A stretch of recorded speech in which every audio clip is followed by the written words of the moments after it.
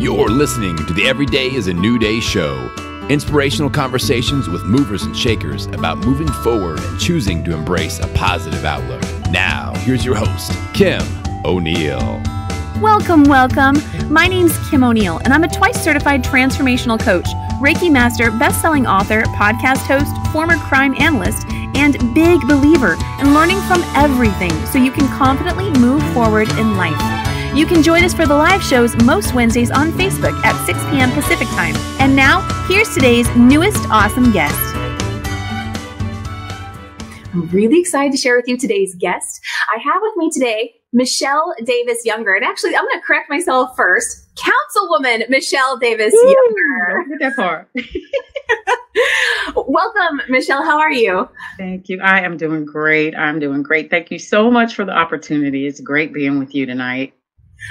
You know what? I'm excited because I find you to be a really fascinating person, and I'm excited to share with you, or to share everyone who you are, both professionally but also personally. So before we get into all that, I'm going to go ahead and just read a little bit of Michelle's bio so you have a little bit of understanding of her background, and then we're going to get into questions and getting to know her better. So for those that are just getting to meet Councilwoman Michelle Davis Younger, she is a native of Manassas, Virginia, where she is a current city council member, as well as the owner of the 14HR LLC, a human resources consulting business that helps small businesses meet their human resources needs from recruiting to compliance. She has over 20 years experience in HR, specializing in federal government subcontracting and staffing in the healthcare industry. She is a certified professional resume writer, CPRW, and also provides interview preparation, job search assistance, and coaching to individual clients.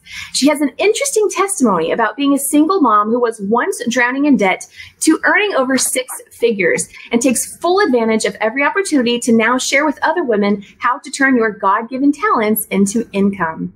Last but not least, Michelle's motto is, "The elevator to success is out of order. You must take the steps."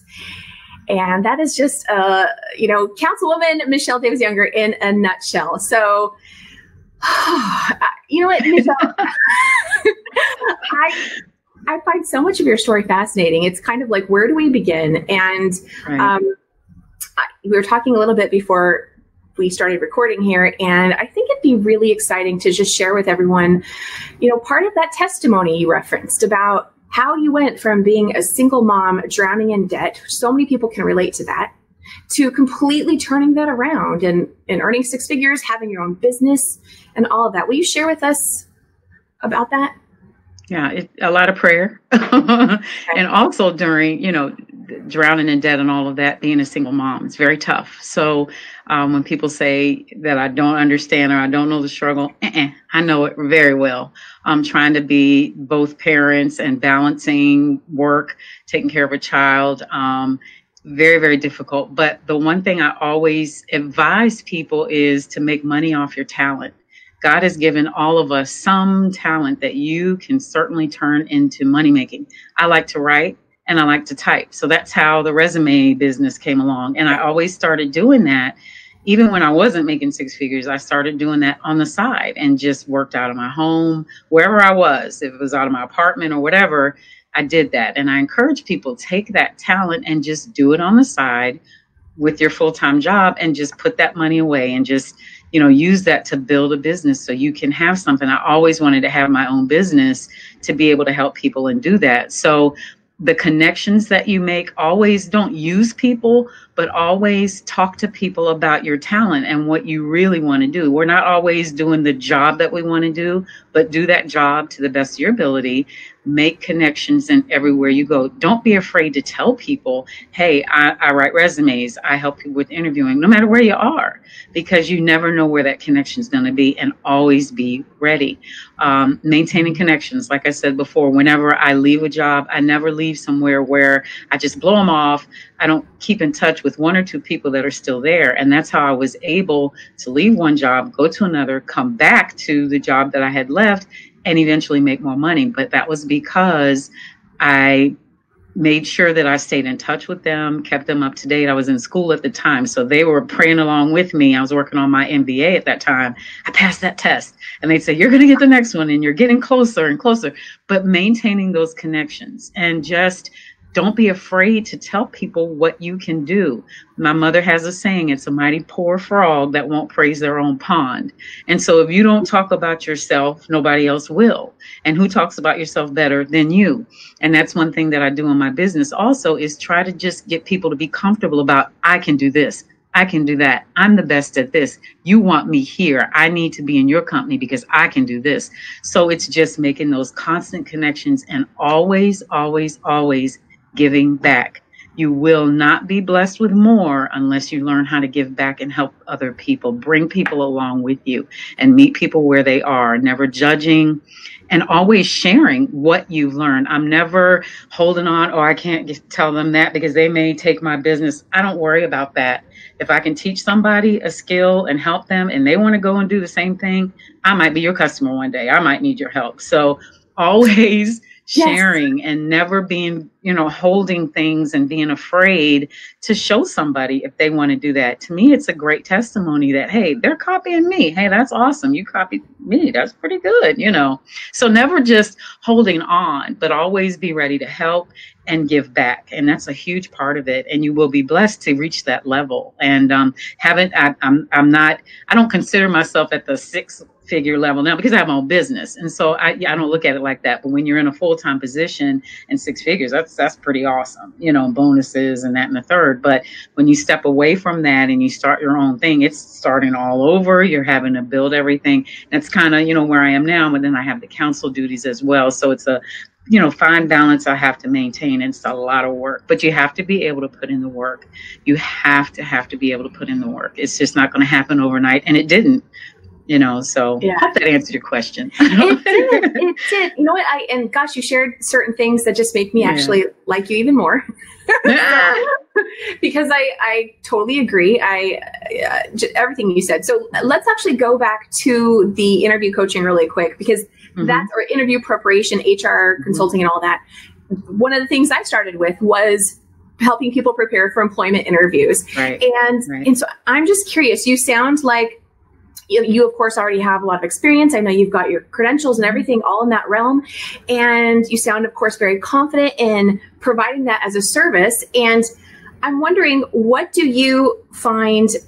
There's kind of two questions that are ruminating in my head. That's where some of that came out. But what do you find is one of the common challenges your clients have to overcome or really work on to enhance their interview skills? Is there a common theme that you notice? There is, and it is the old, you would think most people are past it now, but it's the eye contact.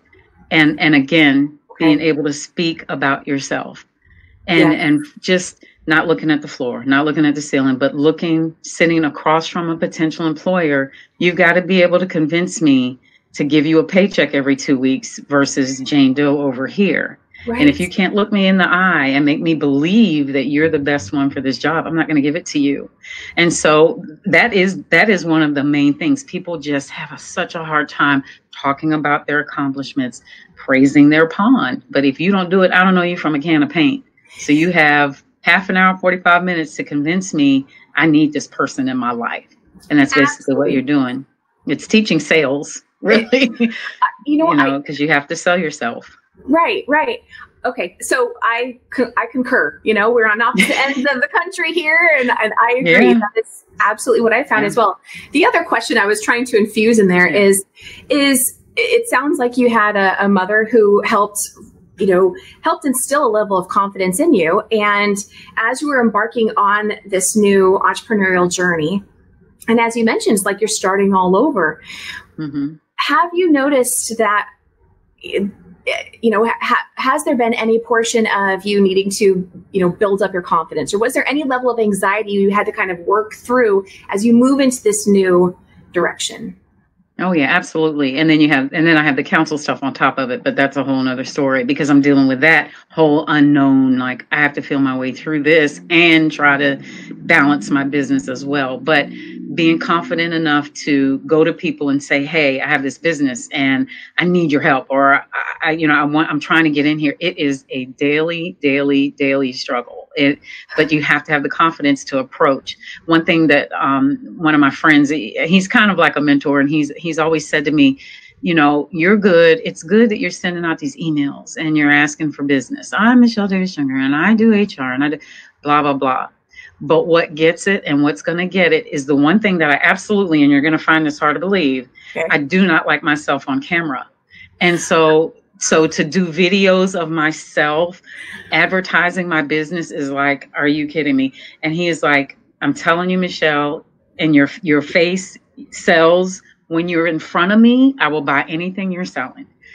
If I get it in an email, I'm not going to do it. But when you're in front of me, I feel your heart. I feel your passion. I connect with you on another level. Your eyes, your soul is there. I'm like, really? And he's like, absolutely. But in an email, I'm not getting Michelle.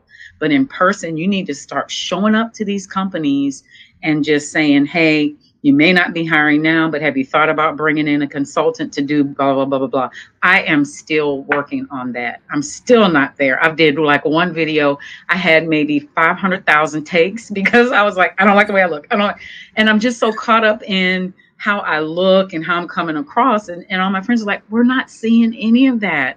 We're like, Michelle's on video. Let's see what she has to say. And that's it. But I don't feel that. So I'm still working on it. But that's one thing that I've had to work on. I don't like myself on camera doing videos and things like that. That is so hard. But I got to overcome it. Well, okay. So I so appreciate you sharing that. And I absolutely believe that those who are watching today's interview are also going to appreciate that. Number one, thank you for sharing your vulnerability because I think that's exactly it. Whenever you start anything new, it's kind of like a baby, getting your sea legs again and having to start with that beginner's mind. And there's like a whole nother level of confidence building that you're going through, regardless of how big your confidence was before you started something new. Right. It's unknown. Going out, doing videos of myself, for my webinars that I want to do. And they're like, just put a video out there that you're going to be talking about, the formats of a resume and how to write a cover letter. And I'm just like, okay. But, and it just freaks me out. I did it. I forced myself to do it. I was so proud of myself. But there was just so much that went into it. And everyone's like, why is it such a big deal? You take pictures. I'm like, it's different when you're talking and it's just so different. And I just had to overcome it. So it's still a progress, but I'm getting there. Kudos to you for getting there. You actually reached out to me for this interview. Yeah. I know. I'm like, I got to do this. This was part of it, believe it or not. And I'm just like, got to do it. It's going to be on live Facebook. Oh my God, people will be watching me. I got to make sure my teeth look good. It's all that. So I do. And it gets better over time, like everything that we practice. That's what I hear. It does. When I started doing a podcast live show, it didn't quite look like this when I first started. And I was amazed at the whole new level of anxiety that was coming through. I thought, what? And I know it showed, but I had to stick with it. So good for me, right? Good for you. And I saw some of your council member videos for the election last year, and I actually... No. I thought they were awesome. And I don't know if this sounds weird, but your voice, you have a great voice. That's what I've heard. Now I've been on the radio before and then I was like, we couldn't tell who the host was and who the guest was because you're just so good. And then I have a good friend on one of the local radio stations. She calls me all the time. She puts me on the air. She's like, I don't even have to tell you what to say because you're just like a natural. You're just like born for this. Your voice is very good. Just diction and all those fancy words. And I'm like, okay. But she said, you just have that smooth and that calming sound to your voice and it comes across very well. And so it's believable. And I said, okay, that's good. That's good. It's me. I can't do anything else. Well, and I think, one of our live viewers today, Anne, she's commenting on the self-critic, how not nice we cannot be to our own selves. But I love what you shared is that everyone else on the outside, I mean, I gotta be honest, I know a few years ago when I first started this, I know people could see my anxiety, but that's not always the case. And your friends, you know, people that know you have been able to just say, hey, we don't see that. So that's awesome. Right. Exactly. There's just be you, Michelle. And so that's what, you know, when getting up and campaigning, I had to really overcome it. But it's just something about the video, the camera. I can get up and talk in front of a crowd. I'm a speaker. I do speaking engagements. I don't have a problem with that. But it's just something about that camera and being on. I think it's because I just feel like it's all the attention is right on me and all, you know, and it just freaks me out a little bit. But so. You know. I'm so eager. There's a part of me that's like, talk about the city council part, But before we get there, before we get there, you know, I really love to extract the positive out of, you know, life lessons, and especially from my guests. And so as you just ponder on your journey from, you know, having a traditional job that gave you a salary to now being having a business of your own and moving through any new challenges you are with that. What have you learned so far that really reflects, you know, the positive that's come out of you moving forward on your journey?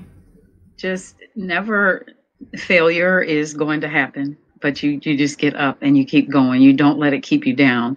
There's days where the phone doesn't ring, no emails come, panic sets in. I'm like, nope, I'm not doing that, because I know it's just around the corner, and just staying positive and believing that things will be okay. And it will. People always say, Michelle, you're not going to be here long. You know, meaning if I'm having a rough time, you've done too much good for too many people for it not to be returned. And I think I get impatient, which I encourage everybody, please have patience, because it's not our time. And so when you're supposed to have something, you will have it. And if it's meant for you to have it, you will have it. You just have to wait and let it come. But treat people right. Meet people where they are. Everybody's not at your level. They're not going to understand. You never judge people. You take them as they are. You try to work with them. I will help anybody who's trying to help themselves. And so that's what I always try to see, the positive side of it. You know, okay, this happened, but what was the lesson in that? There had to be something you had to get out of that you never knew. And now you can help somebody else. It's all about giving and paying it forward and reaching back and grabbing somebody and bringing them along with you. That's so important. You said something that I thought was really awesome just a moment ago. You said that making sure to treat people well and knowing it'll be returned. How, you know, have you had any experiences where you have treated people well that did not respond that to you directly, and how did you deal with that? You have to let it go. I sit back and go, now why did that happen? Because I did this and I was so nice, and it went nowhere. It just wasn't meant to be. And I always say it was God protecting me from something that wasn't for me. And it made no sense. I mean, I did everything right. I crossed all the T's. I dotted the I's. I was so nice. I did this, I did that, and it still didn't work. It wasn't for me, and not at that time. And it may come back around. That's why you don't get sour, because it can come back around. And how you acted when that didn't go your way will say a whole lot when it comes back, if it comes back. So it's just, you keep moving forward, and you still be positive, even though, and in politics now, people say all kinds of mean things about me, but I know me, and I know my heart. There's very few. There's not a lot of people, but there's always going to be some naysayers, and some you have to get a thick skin. But as I said, I try to treat people the way I want to be treated. And 98% of the time, people are kind, and they're very nice to me, and they see my heart, which is always important to me. You know, that people see my intention. I may not always get it right, but my intention is always good, and it comes from a good place. And that, I think, reaches people more than anything else in the world, when they can see your intention. Absolutely. I agree. So, okay. So I love who you are, Michelle. Thank you. Yeah. And I mean that sincerely. And so let's now talk about what made you find a desire or interest in moving into city council. I know that you are a city council member for the town that you grew up in. Yeah. And tell us more about what prompted you to want to run for city council. Well, it came to me. I've heard ever since I think about fourth grade, Michelle's a natural born leader. And so I've never really been a follower. I just kind of do my own thing and go along with the program. I don't start trouble, but I always kind of people always followed me or wanted to be like me. And that's a big responsibility, and even at a young age when you don't realize it, people are looking up to you. And so it came to me, and all of these things kept happening where the one person that was supposed to run couldn't, or something, and things just kept lining up. So I go to my dad and I'm all, I don't know, this keeps happening. He came to me, asked me would I consider it. I knew nothing about that life, didn't care. It's like, city council, well, what all do I have to do? Would it mean that I'm a politician? And I don't want to be a politician. I don't want people being mean to me. You get to lead the city, and what better place than some place you grew up in where people know you, they want to see you succeed. Oh, I remember her. She went to, this high school, and that, and that was my friend. And I mean, how exciting is that to be able to help a city go forward and leave a legacy for my family and the city that my parents, 81 and 86, were born here and never left. So for them to see that their daughter join the city council at their age, it was nothing but tears when I got sworn in, because they never thought segregation, all of that, when they were growing up here, they never, ever thought they would ever see that. And for it to be their daughter, who, if they had said, when you have a 50-year-old, she's going to be on, they just never thought it. And in such a city that was so horrible to them, and they stayed here. They weren't bitter, which I'm glad they did stay. They could have left and been like, forget Manassas, that segregated place, I'll never be there. But they didn't give up, and they stayed here. And it's changed. It still has a way to go, but we're getting there with people like me on council, and we're doing some really great things here. And so it's really awesome to be a part of on the council and be leading a city that I grew up in, that I saw my whole entire life. It's all I know, And you're the first woman of color?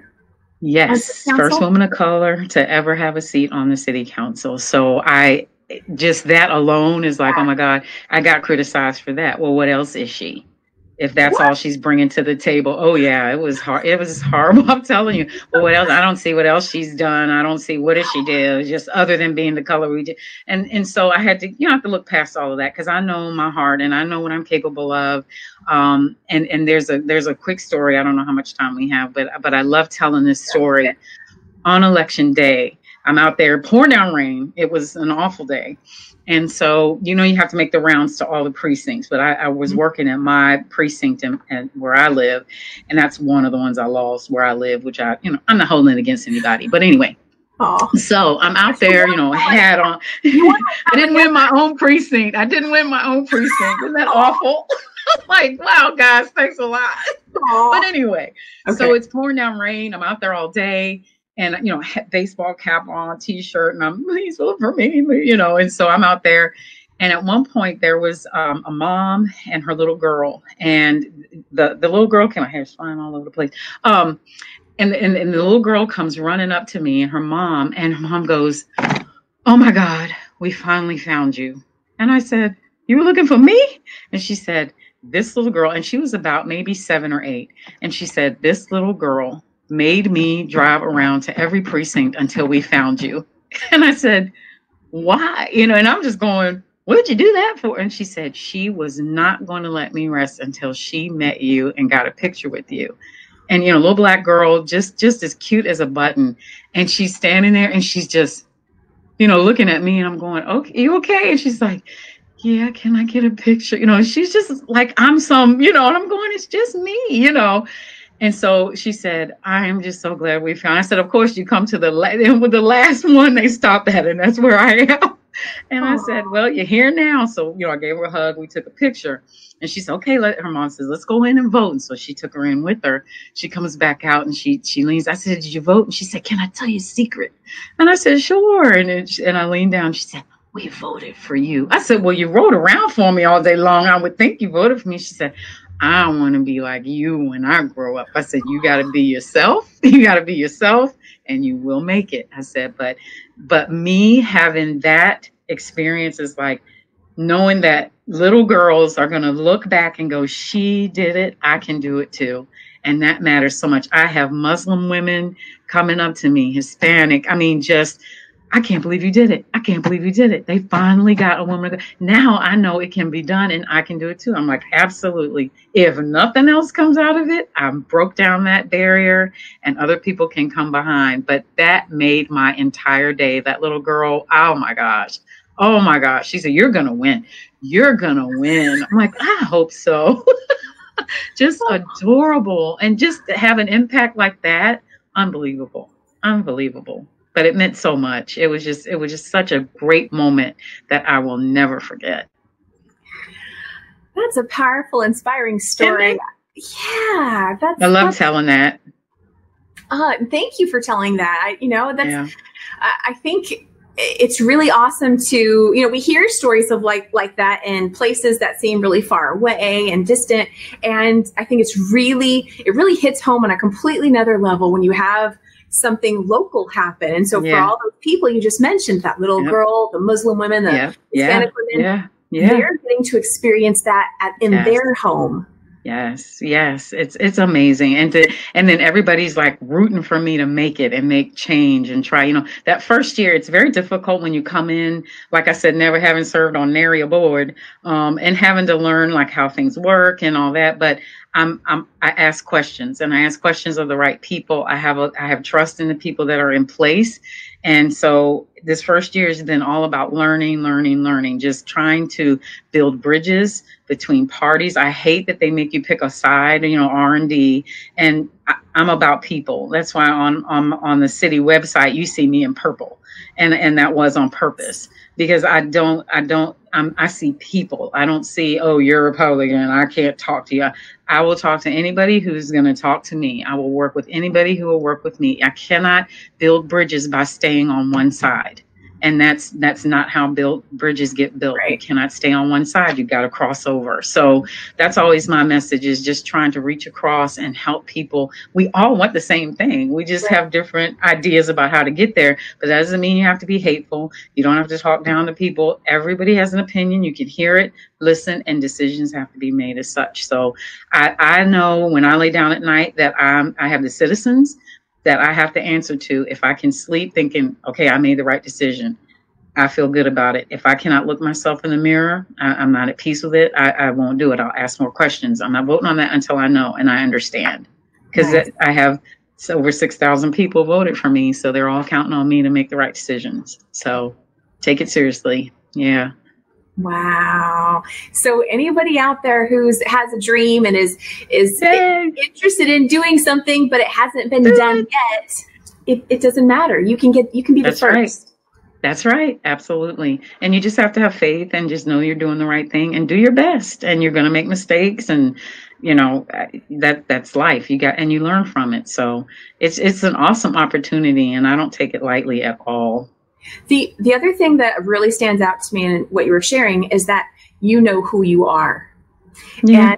And I think that's really something that helps root a person and, able to be flexible as you come across any new challenges or now you're seen in a bigger spotlight and there are those, couple of people that want to come out and say something not so nice, and it's okay. You can weather that because there's a bigger purpose that you're there for. Yep.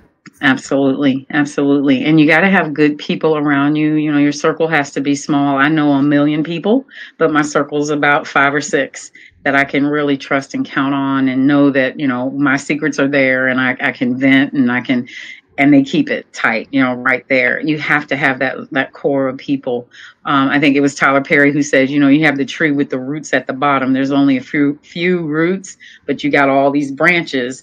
But those roots are holding that tree down, and there's only about 3 or 4, and that's how it has to be.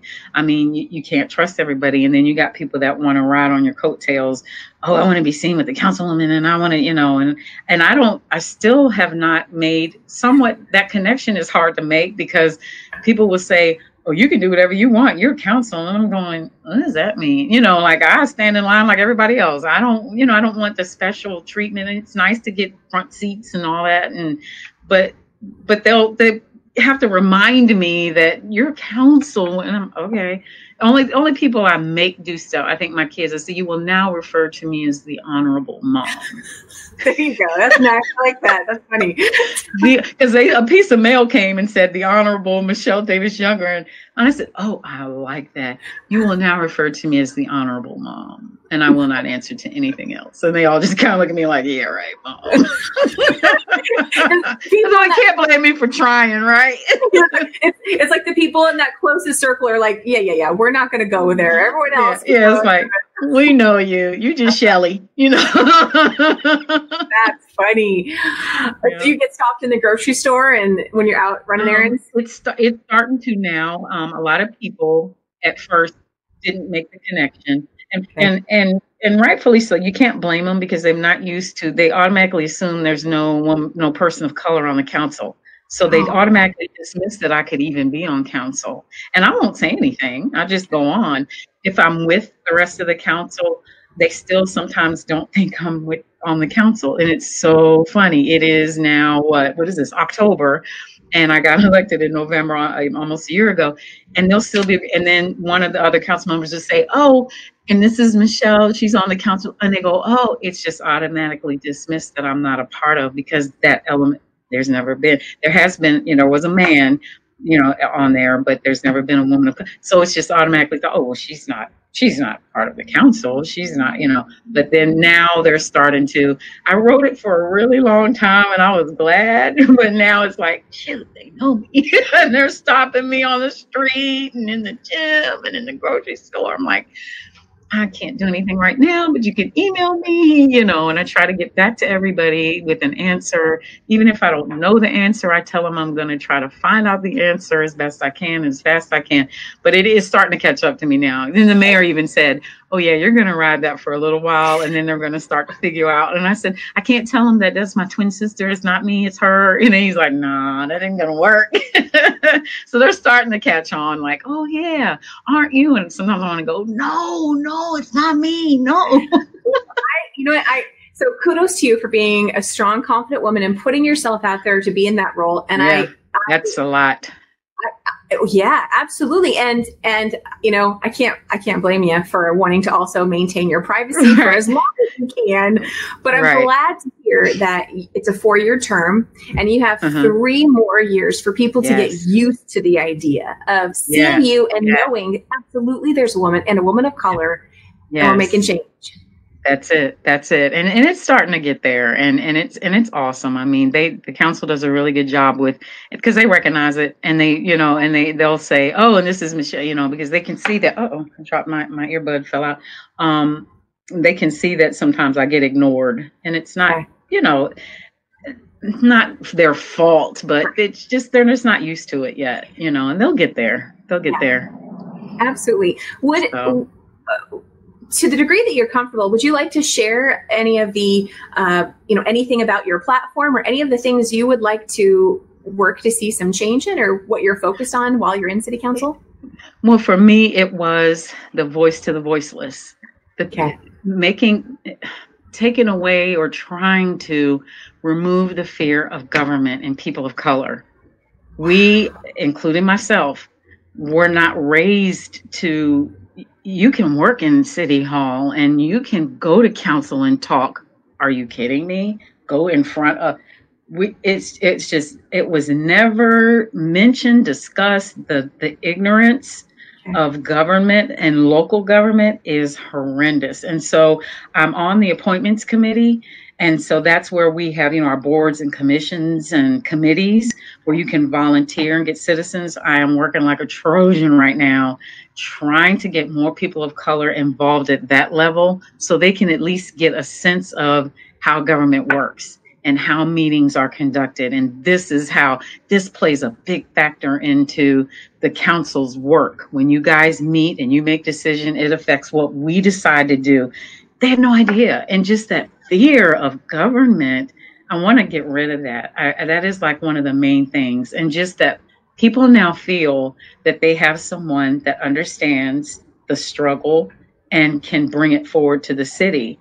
And so, having that connection, I'm able to bring forward. And when I bring it forward, like to city manager, he'll go, they could have told it. And I'm like, they weren't comfortable. So now they feel more comfortable coming to me, and I don't mind because I'm there to hear and listen and try to get, so they come to me with, I didn't feel like I could take this to the council or the city manager or whatever, for whatever reason. I'm there now, and they have that comfort level. And hopefully we can get our boards more diversified, getting people to come out to the council meetings. That is your meeting. That's just like handing somebody your checkbook and walking away. We're spending your money, and you have no idea. When you see the bulldozer down the street, it's too late. You had time to come before the public hearing and say, I don't want that DMV there, or I don't want that supermarket going there, I don't want that going there. But when you see the bulldozers, the time for that has come and gone. And so just more involvement, especially people of color, to just be more educated about the process and know about the city you're living in and the impact you can have as a citizen to get things done and be heard. They just have never really felt heard. So that's like one of the main things that I think I'm going to be able to do and leave that legacy there. That's wonderful. So let's take it a notch further. One of our live viewers asked, do you have a desire to be president? God, I just saw that. Like, is she talking to me or is she talking to Kim? No, it's you. That's you. All you. President of the PTA? Sure. President, I haven't really thought about that. I'm sure. Well, one Michelle is already close enough. So I don't know. I had never thought about being president. I would say nothing's impossible. God, he has a sense of humor, so you never know. I can't see it, but hey, if it presents itself and everything works out, I would have no problem being president at all. What we have now proves you really don't have to know what you're doing, but we'll stop there at that. But no, I hadn't really thought about it, but I kind of like it. President Davis Younger sounds pretty good to me. So it does. I think my family would like it. All the perks. Yeah. Hey, dream big. You never know. When you were a kid, did you ever imagine you might be on city council one day? No. Like I said, I was like, what's that? When I heard about it, I was like, oh, those people that sit up there on that big desk. Oh, because again, I didn't grow up in a household where government was talked about except taxes and, that kind of thing. I'd hear about that, but never like the governance and process and how things happen. And it's really cool. And I want it to be cool for kids to come. I'd love to have at one point like open house at City Hall. So the high school kids can see and think, ooh, I can work and do this. I can work at City Hall. I can be the city manager. Because they just don't know and they're afraid. I don't want that fear of government is really horrible, but I got to do what I can to try to fix it. So that's wonderful. Well, okay. So now, I mean, how do you balance everything? You are a mom with children. Obviously moms have children. You are a mom, you have your own business, you're in city council. How do you factor in self-care and all of it? I don't know. I try to, because there's so many meetings and things that go on at night. I try to reserve like the weekends for family. My kids are old. My daughter's 15 and my son is 20 and he's still at home as well. They pretty much are self-sufficient. I couldn't imagine doing this with little kids. I don't see how politicians do it. They all have an 8-year-old and a 6-year-old. I'm like, oh my God, I could, but they fix their own food and they're, and they miss me sometimes. Cause sometimes when I'm home, they're like, why are you here? I'm like, wait a minute. Don't you have a meeting? You're never here. And I said, well, I'm home tonight, because when we have recess and things aren't as busy like this time of the year. But it is, I find time to just, because I love what I do in my business, it doesn't feel like work. Nice. So it's not like, oh my God, it's just those days when there's meeting, back to back, and I'm just running like all day. But it's not really stressful to me to have the job and the family, because the family's pretty much done it. They're pretty much grown and they don't rely on me as much. But I try to reserve weekend time for fun stuff. Then we can get it in. And I try to include my kids so they grow up and know I say, you guys want to go with me to this function, just so they can be exposed. Again, not having exposure, not knowing anything about how government works. I try to give them all those opportunities to see how it works. So it's just, and I pray a lot. I go to church. I try to take Sundays as my time and I still try to make time for my friends. It's harder because I haven't seen my godson in a freaking year. He'll be too soon. And I'm like, I'm only seeing him a couple of times, but he knows I love him. But stuff like that I miss. Just like my weekends are pretty much all I have. I got to catch up from stuff I don't get to do during the week, and so it just, you just have to balance it. But again, I think it's because work doesn't seem like work, because I love what I do in the HR stuff. So I love my clients and helping people get to the next level with they don't know what they don't know. And I'm so blessed to be able to be on the other side of the table to teach them how to get there. And it's so rewarding when they call, I got the job. And it's because it's because of you. You put in the work. I just gave you the tools to get there. And you listened and you applied, and now you're in another place. So, and my work here is done. Councilwoman Michelle Davis Younger. The Honorable. Oh, she's going to put that on me too. Okay, the Honorable Michelle Davis Younger. Should I just say Davis Younger? I feel like saying the whole name. People get it messed up. They say Younger Davis. They say Davis Young. I'm like, it doesn't matter. Just mix it all up. Okay, just call me whatever. The Honorable Younger Michelle Davis. Yeah, right. There you go. I married him because I always want to be younger. So. Okay. Well, so I'm curious. You have 3 more years in office right now.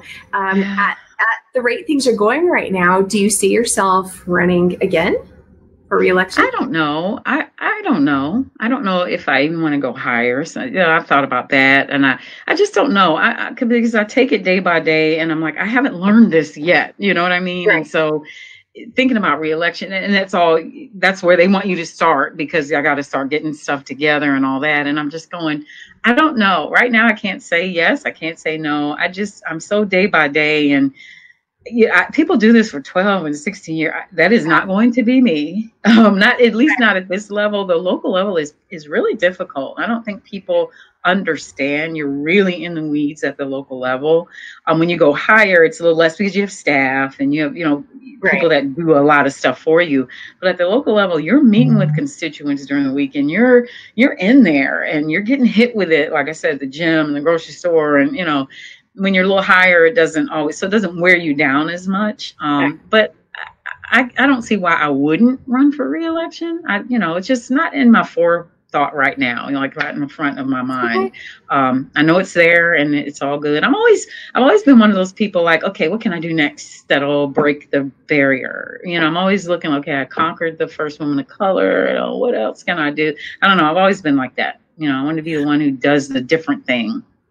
What would you like to see? I mean, you've kind of already described some things that you enjoy seeing as a result of you being elected to the office, but what would you like to see that's different in 4 years from now happening within your city that wasn't happening before you were in office? Well, the council being, of course, having more people of color, LGBTQ, representative of that community, Hispanic. We're majority minority. We need that on the council, and just inclusivity more. It's still kind of separated, out, and the haves and have-nots a little bit, and just making sure that all voices are heard and all people are included and represented, I think. And just feeling empowered that I can make a change, and that Manassas can be different, and still be the cute little town of 44,000 people in 9 square miles. That's a lot of people. Wow. And so it's a great place to raise a family. It's not too expensive. We're trying to bring development in, and, we've got big deals where, companies have come in and made contributions. So it's just going to be seeing it more inclusive of everybody and having a seat at the table. I want to see if we can take it just another step further. You mentioned people in your town feeling empowered. what kind of difference would it make to have a town full of empowered people? Oh my God, anywhere. Just getting policies done that are that just make life better, that make people want, this is the place to be. This is the place sought after. Like, I have to go live in Manassas. They have everything I need for family, everything I need for my parents to live here, elders, Right. Seniors, they get forgotten, and so making, walkability and, and all of that. So they're able to get around, and also people, low income housing, things like that, so that everyone, again, just feels like we can do this. We can join together. Bringing people together instead of dividing is so important, especially now and in the future as well. Well, it sounds like you, and of course, all those people that voted for you, and of course, your supportive other council members are really helping to breathe new life into your town. So. And that's exciting. I think so. Yeah, it is. It really is. I'm proud to be a part of it and to have brought the change. I don't care how small it is. Change is change. Yeah. And so, it's here. We're not going anywhere. If anything, like I said, the Muslim will be on there, the Hispanic, and it's exciting to me because you're going to get all the different points of view, and just all the different ideas, that will come out of having that diversity in culture. We Well, Michelle, we're getting closer to the end of our. I know. That's how I feel too always. We are getting closer to the end of the interview, though, and so I'd like to just touch on, what's while you're doing city council, what's next for you in your business, or what would you like to share with people, and for them to know. About my business, or about whatever's, is there anything that stands out for you that's coming next for you that you really want to highlight? I just think, I love speaking, motivational speaking, as you can tell. I enjoy doing that. I love motivating people to the next level, telling my story, and it's really amazing. I haven't even touched on, if you got 3 hours, but I'm funny. I like to make people laugh. I like people to have fun. But speaking engagements is, that I love sharing my story. And so I love being invited to go to different areas. And then I wrap in there about, how turning talent into money, because it's so important. It's not work when you're doing that. You don't feel like you're doing work and you're making money on, it's awesome to give people to open up and see that about themselves. Well, I've had the same job for 25 years. Keep the job. Just what do you really want to do? Well, I've always liked interior design. Then do it. Just keep that job and do it on the side. And so it's just sometimes coming to realization, and somebody just simply having a little nugget of faith and saying you can do it and you'll make it. That's all it takes for some people. It's just, you can do it. Just take the library in your house and just start doing that on the weekends. Just focus on that and do that. So for me, it's just getting my word out and my message out, and sharing what I learned. And again, elevating people, getting them to the next level, having them believe in themselves and all they can do and be. So yeah, that little girl, she's going to be president. She's the one that's going to be president, that one that I met on election day. That is exciting. Well, and I do want to highlight, we had a really fun comment here that all moms should be addressed as honorable. I'm telling you, the honorable mom, it has a really good ring to it. It does. Yep. It does. Make it that way. So what is the best way for people to connect with you if they'd like to learn more about your business and maybe contact you and work with you? I help people all over the United States, even overseas if I have to. But because that's the beauty of it, I don't ever have to meet people unless they want interview help. And then it's I put them through the ringer. They send me a job description. I develop questions. They come in dressed. I critique from dress to all of it. And they don't get the smiley. They get the, yes, can I help you? What do you need? So that way they get it here and they're ready when they go out. So like, I can do this, because what happened to the nice smiley Michelle? I'm trying to get you a paycheck. Okay.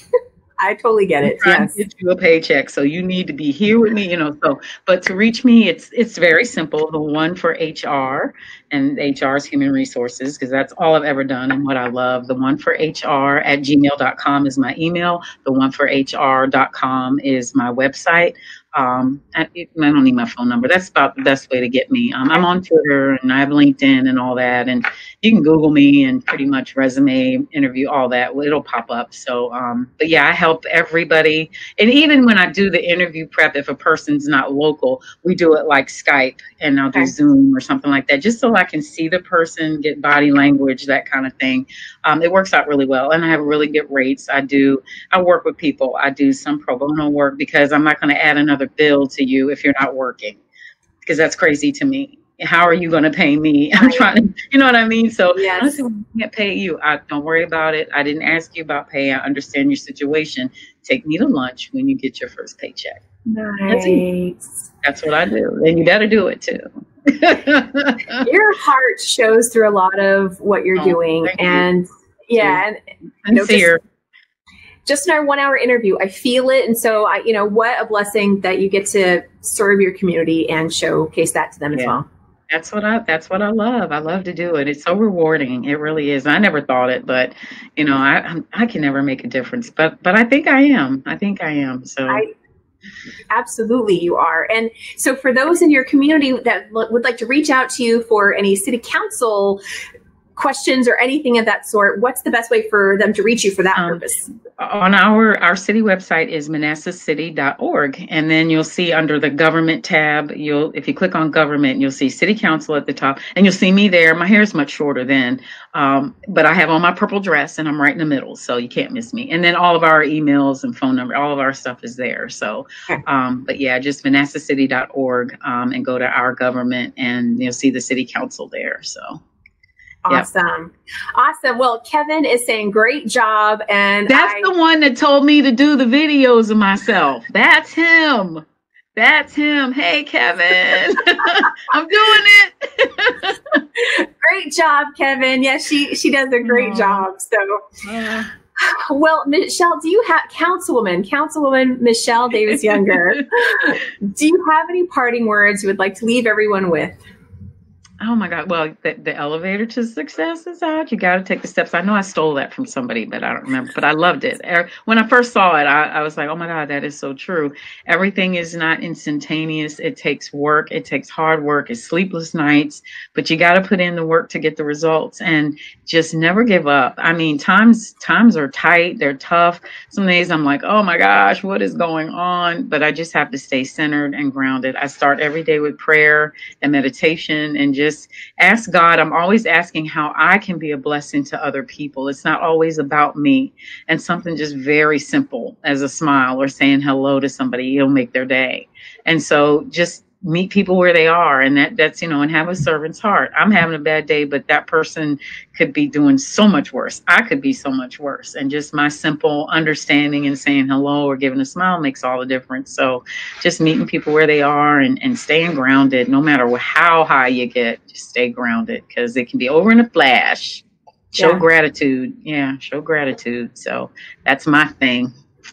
Well, that is beautiful. Thank you so much for being here today. Thank you. This has been great. Oh, good. Well, I think so too. And I'm really grateful that we were able to highlight your story, because you absolutely are making a positive difference, and not just for people in Manassas. I was getting chills left and right as you were talking earlier about, all those little changes that are making such big, powerful changes, to the extent that people are seeking you out on election night. And I know. So great, so awesome. It was just an awesome day, and I'll never forget it. It's just unbelievable. So I think I maybe don't want to run again, because I don't want to mess up what I had. Wait, where are all the people? What happened? The little girl. I don't want to be let down. No, I think it sounds like you're on the pathway to many more moments like that, and they all happen in little bite-sized chunks. That's right. That's right. You can't be afeared, as my grandma used to say. You can't be afeared. So I'm gonna move forward as God says so. So that's he puts stuff in front of me, and if he says so, I'll be there, and if not, I won't. And that's how I rolled throughout the campaign. So I'm there. Well, you're doing a great job, and keep Thank it up. you. Stay strong and be the Thank you confident, so shining much. bright star that you are. And so, Yeah, thank you so much. I appreciate your time. It's really awesome that you do this for people. Thank you. God bless you for that. thank Yeah. you. I absolutely love this and getting to talk with Yeah, people you like can tell. Yeah, So, yeah, it's awesome. you. So, great. Thank you. Well, and thank you to everybody who's been with us live, or if you've been on the replay, comment below wherever you're viewing this and let us know what you're taking away from the interview. Let us know what inspired you. What have you learned? Have you been through something similar? Have you been able to boost your confidence through interviews, or have you decided to take a leap and try something that maybe you never wanted to do before, and now you're feeling inspired and you're the first person, and oh my gosh, you did it. Share your story. We would love to connect with you even after the interview. And I just want to remind you that wherever you are today does not have to be where you are tomorrow. And that can be taken literally, it can be taken metaphorically, but Councilwoman Michelle Davis Younger is a fantastic example of that through many of the stories she shared with us today. So thank you. Absolutely. Every day is always a new day. And thank you for being here. I look forward to connecting with you. You're welcome. Thank you. God bless you. Thank you so much. Thank you. Have a wonderful day, everybody. Bye. Bye. And that's today's show. So, what are you taking away? Let me know down in the comments wherever you listened or watched today's episode, and connect with me on Facebook on the Every Day is a New Day show and coaching page, or visit KimO'NeillCoaching.com for more info. Remember, every day is always a new day. Wherever you are today does not have to be where you are tomorrow. There is always hope, and you will always be amazing. I'll see you next time.